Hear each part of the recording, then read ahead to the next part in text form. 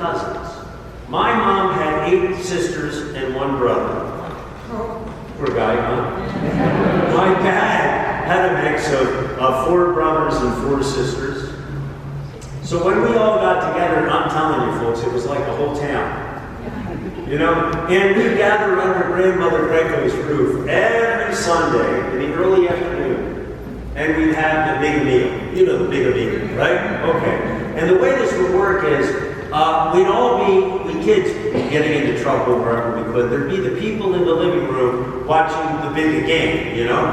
And then there'd be those in the kitchen preparing this wonderful big meal, huh? But when it came time for the big meal, everything stopped. Television off, we stopped getting into whatever trouble we were getting into, and we all came together around the table. Well, it wasn't really a table.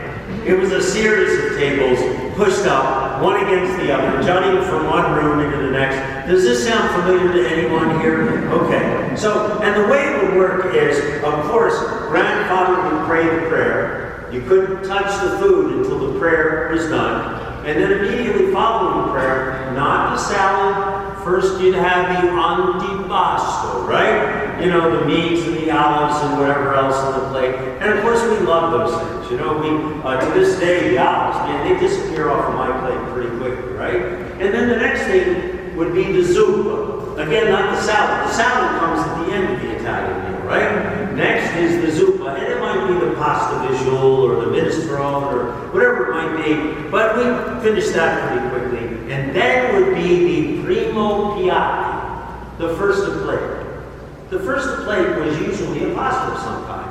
And my favorite is something called gnocchi, which we just ate about an hour and a half ago, right? And as it turns out, the thing about gnocchi, it's really great. How many of you have had gnocchi? Come on. Yeah. Well, you know, the thing about gnocchi is you eat a gnocchi and it expands in your stomach immediately, right? Okay?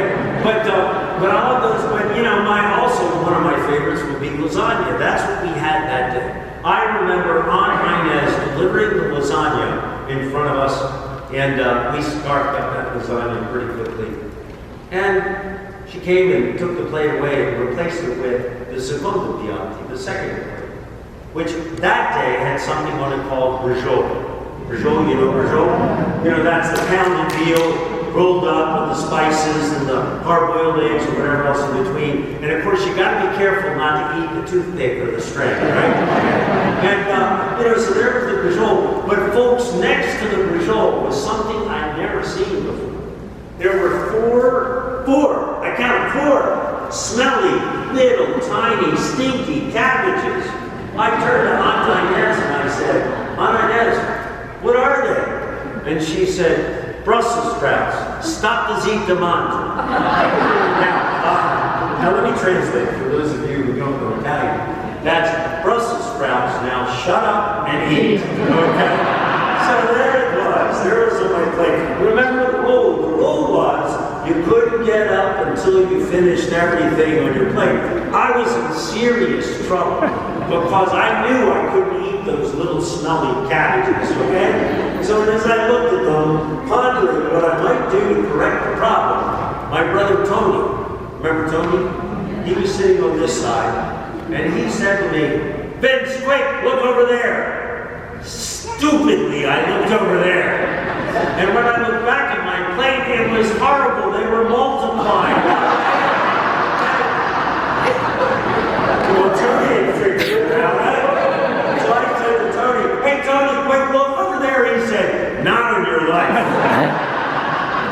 So I lowered my head, and I prayed what I still call to this day my Brussels sprout prayer. Okay? It goes like this, okay?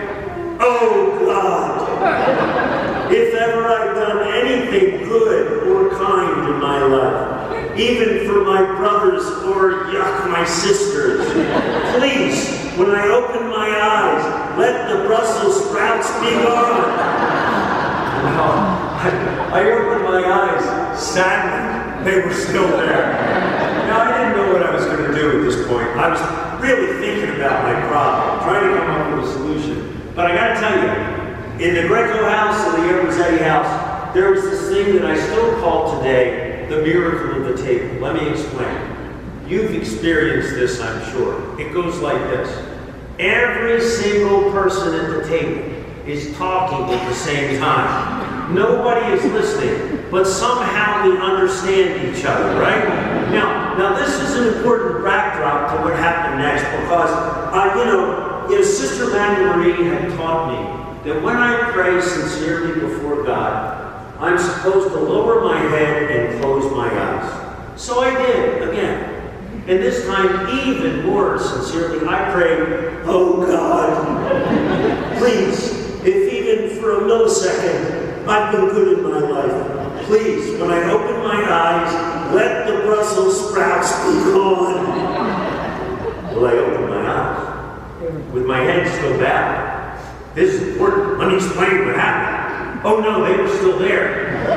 But it was a miracle. You see, that day, Grandmother Greco had seated me at a table that had directly in front of me a drawer.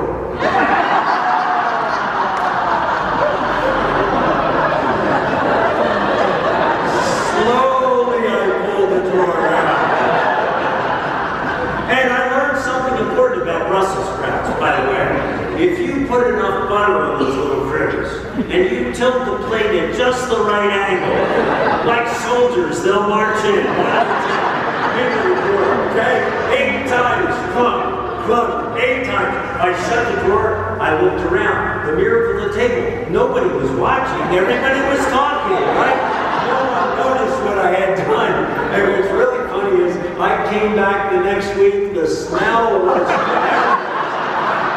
I came back the following week, and they were gone. Now, I'm not sure whether they've been discovered and removed, or whether it takes about 2 weeks for Brussels sprouts to dissolve and disappear. But thanks be to